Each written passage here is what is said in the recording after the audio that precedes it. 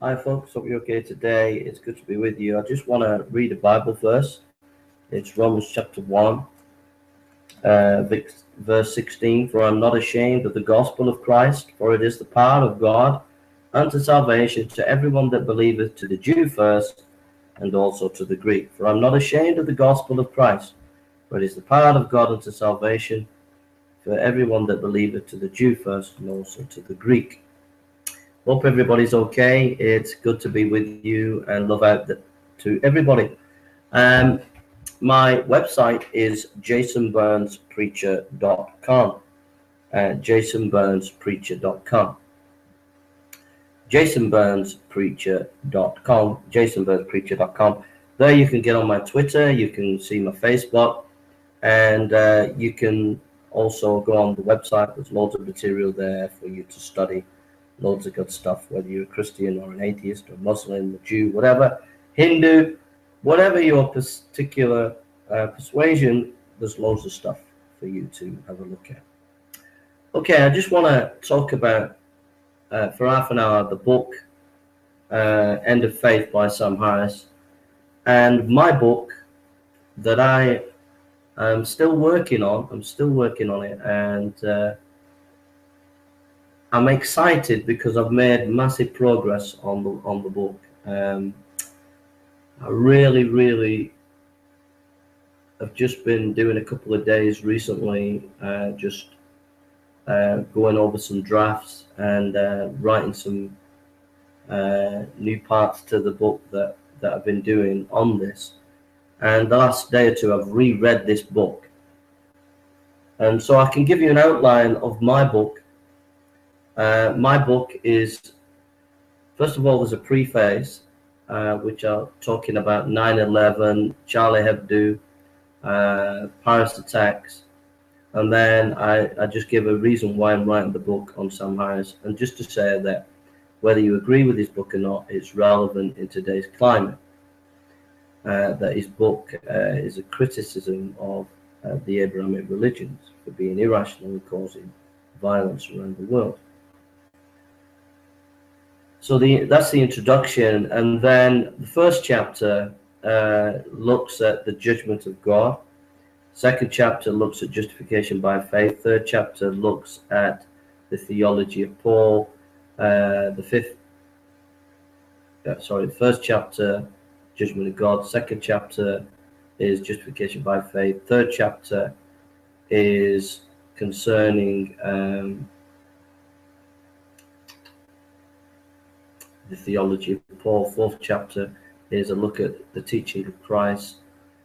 And then what that does is it critiques Sam Harris and says, look, Sam Harris is basically attacking Christianity, saying that it's violent and irrational, but he's not defining Christianity.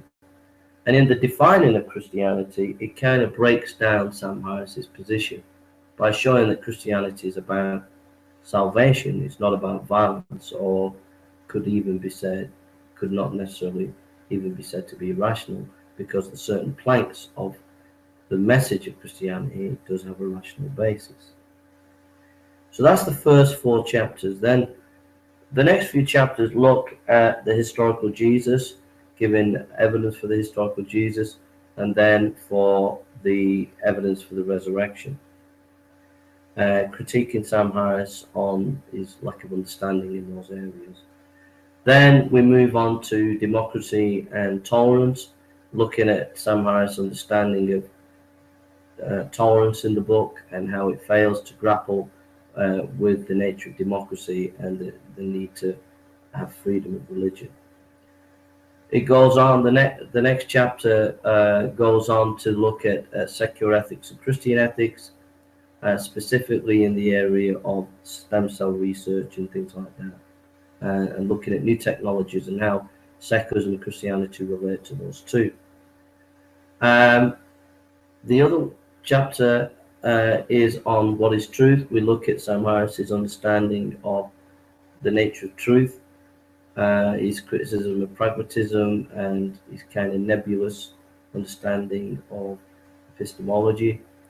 And then I kind of give my own understanding of a theory of truth. Okay. Then there's a chapter on science and religion, looking at the history of science, showing that Christianity is given abundant evidence, and then just talking about maybe the fine-tuned argument.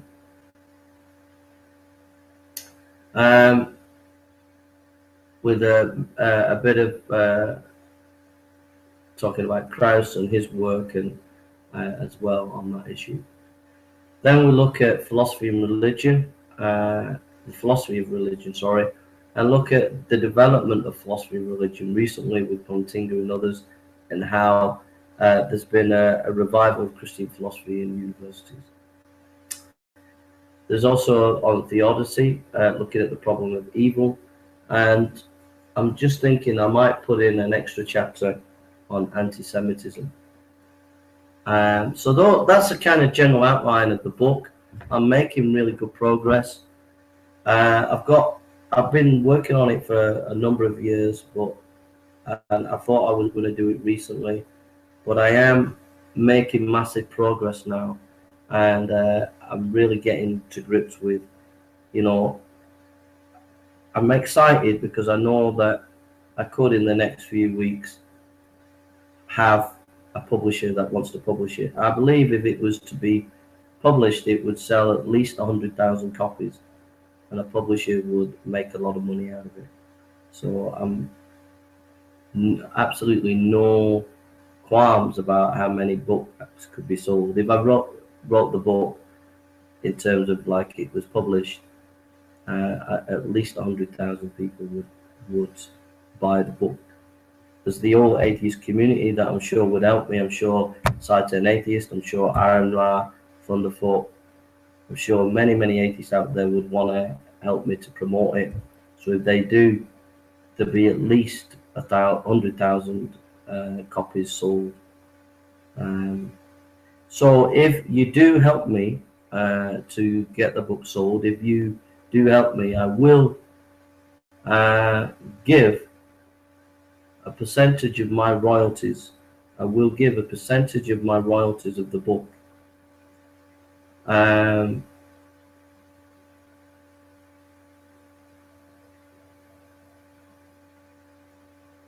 will donate in my royalty, some of my royalty, to the Magic Sandwich Show, for them to use to help people in poverty in the third world. So I will donate to a small percentage of my royalties to the Magic Sandwich Show to help them, if they want to help the poor in third world countries. Okay.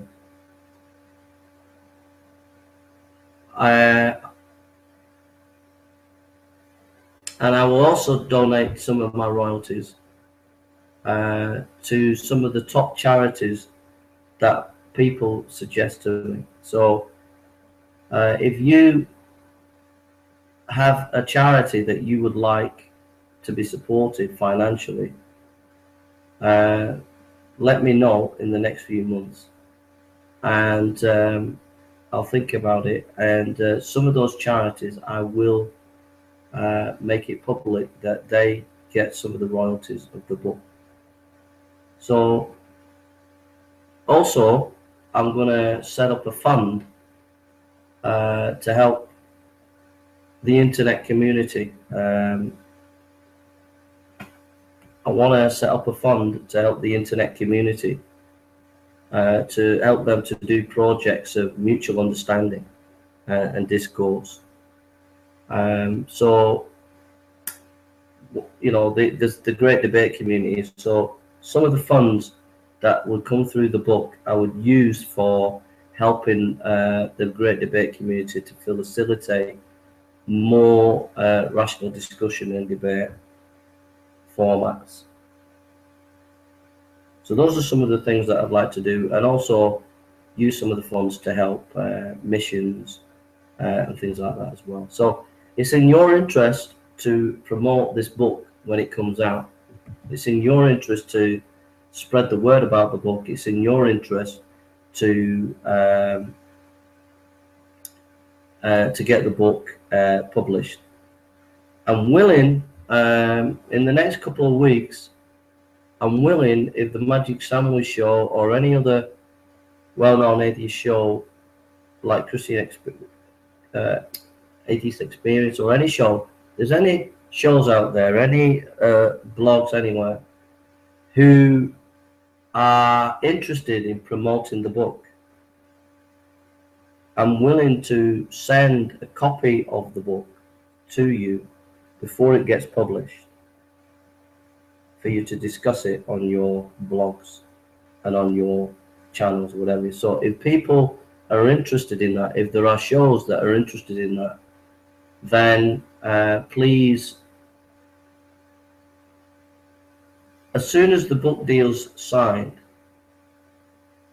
I will send you copies before it's published, so that you can have a look at it and discuss and get some kind of movement going in discussing the book. Okay.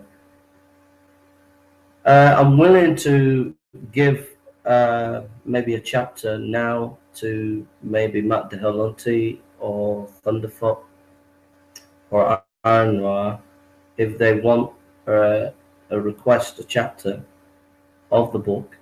I'm willing to send them a chapter to get things initially started if they want to. So I'm asking you, please, please, get enthusiastic about this book. It's going to be a blockbuster. It's going to sell a lot of copies. But if I get blessed, I don't just want to get blessed by it. I want to bless you as well. So it's in your interest to help me to get this book published and circulating as wide and as far as possible. Okay. All right. So I've read this last 2 days again, Sam Harris's book. And it's a very important book, even though you might disagree with it, or I might disagree with it. It came on the back of 9/11 when the two towers came down by Islamic extremism, and Sam Harris wrote this book to basically, it was really a kind of strong attack against religions that are based on text, propositional text. And his main argument basically is that religion's irrational and that principally produces violence. He has a lot to say about Islam, and there's a chapter where he gives tons and tons of Quranic verses about violence. I think he makes his point very clear that Islam within its text has issues of violence. And that's basically the thesis of the book. He goes on near the end of the book, he talks about quasi-meditation, he talks about neuroscience and how that might relate to morality, and he kind of flashes, thrashing in those days, kind of ideas that he was going to go on to write later on in more depth. What do I think of his book? I think that his book doesn't define Christianity, doesn't make it clear what Christianity is about. It doesn't engage with any Christian scholars. It doesn't engage. It just assumes that Christianity is irrational by quoting maybe one or two texts from the Old Testament. He even quotes a couple of New Testament texts. One of them is that Jesus talks about the vine, and he makes the most crass statement that that is a part of the violent nature of Christianity, because it says, you know, if you don't bear fruit, I'll cut you down. And so he's saying that that produces violence. I mean, that's just a crass misunderstanding. I mean, if we go to that passage, if we, you know, I mean, he says that this is part of instituting or developing violence in Christianity. So John 15, I am the true vine, my Father is the husbandman. Every branch in me that beareth not fruit, he taketh away, and every branch that he beareth fruit, he purgeth it, that it may bring forth more fruit. That whole passage, in the context of the chapter, is about bearing fruit in obedience to the commandments, which is to love thy neighbor. So how that can be misconstrued as violence by Sam is beyond me. So that's just one example of really bad exegetical abilities from Sam Harris concerning religious texts. Again, he doesn't define what Christianity is. He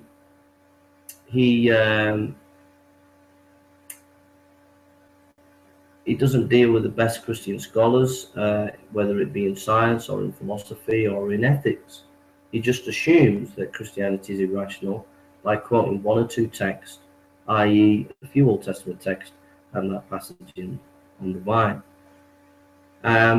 He contradicts himself where he talks about the Middle Ages and the torturing and killing of witches, and he talks about these excruciating torture methods in the Middle Ages, and yet near the end of the book, he contradicts himself where he makes an argument for torture. So he kind of contradicts himself. He kind of doesn't really understand the complexities of geopolitics in terms of he ticks off Chomsky for saying that it's not Islam in the text that's the problem with violence. It's America's foreign policy, and also that the collateral damage of American foreign policy on Iraq and places like that is from Chomsky's point of view grossly immoral and just as bad as the jihadists. And Sam Harris is saying collateral damage is not the same as a jihadist cuts someone's head off or kills 4 children in cold blood. But I think Sam Harris fails to see the complexity of geopolitics, that there is this American foreign policy has done a lot of damage and has caused a lot of Islamic resurgence. So it's not just the religious text, geopolitics has played a part. And also the complexities of the collateral damage is not as easy to explain away as Sam Harris tries to do. Collateral damage, you try telling that to Iraqi families, millions of people who were displaced, over 1 million people killed because of collateral damage of America. The injustice of it, because it wasn't thought through, is something that the West has to take responsibility for. And you can't just simply explain it away in a very simplistic, crass way, as Sam Harris tries to do. And at the same time, I don't agree with Chomsky's kind of wishy-washy view of Islam and the nature of violence with Islamic texts. And I agree with Sam Harris that as at some point Islam has to be faced on this issue. But at the same time, he lacks a nuanced understanding of democracy and the need to have religious freedom within Western democracy. But the whole book really misses. It really is more about singing to the choir. It's all about singing to the choir rather than and galvanizing that readership, rather than actually engaging with Christianity on a more honest, intellectual way. That's what I think of Sam Harris's book. But in my book, I'll be explaining what Christianity is, that it's about salvation, it's not about violence. I'll be showing that Christianity has a rational foundation by looking at the historical Jesus, looking at the resurrection, looking at the nature of science and its relation to Christianity, looking at the philosophy of religion, looking at secular ethics as opposed to Christian ethics. There'll be a mixture of presuppositionalism and evidentialism based in there. And I think that it will give a good account of itself. Yeah, so I've read many academic books. I found it a very banal book to read in one sense. I think it's a very important book. I think you should read it. I think you should read it because it does make you think. It does make you think about this issue of violence and religion. And it is an issue that we have to think about. It is an issue that we have to grapple with. I don't agree with the snapshot where the Sam Harris deals with it. I don't agree with the lack of rigor that Sam Harris doesn't deal with the issues concerning Christianity. I don't agree that he associates Islamic extremism with evangelicalism. I completely think that's just horrific and terrible. But I don't agree with his final solution that we banish religion to the Abrahamic religions to the four corners of the universe, and that we're going to bring in a utopia of milk and honey, of reason. That story has already been done, and it's been found to be wanting. At the turn of the 20th century, modern man wanted to make a utopia. They had dreams of reason and rationality. They thought that their knowledge was superior to the past. They thought they were going to have a golden age, and then the First World War came, and then the Second World War came. Then we had Stalin, we had Pol Pot, and it went on and on and on. Genocide here, there, and everywhere. Not just genocide with secularism, but also religion as well. So man has tried the story of having a utopia of reason. They tried it in the 20th century and it didn't work. So that's the thesis of Sam Harris, and it fails, completely fails. It's a last-ditch attempt by rationalism, modernism, to pull back and to save some kind of vestiges of sanity from its own perspective in an age of insanity. That's what it's trying to do from its perspective. My point of view is that politics, geopolitics, is never going to solve everything. Humanity is always in free fall, and humanity is a rebel against God. Unless humanity repents, turns back to God, there is no hope for humanity. There is a rational defense of Christianity. You can give evidences for the resurrection, you can give evidences for ethics and etc., philosophical arguments. But at the end of the day, I found the book banal. I found the book intolerant. When it tries to preach tolerance, it is very intolerant. I found it very unacademic. I don't think it was intellectually honest. And I think I can do a better job than Sam Harris. And I'm going to do a better job. And if I make money from it, I'll make sure you lot get blessed as well. All right, take care and God bless you. Please pray that the book will be published and there'll be a good sale of about 100,000 copies, or to 1 million copies. That would be great. And pray that the money from it will be used not just for myself, but will be used to spread the kingdom and to be a blessing to those in need. All right, take care and God bless. My website is jasonburnspreacher.com. God bless you.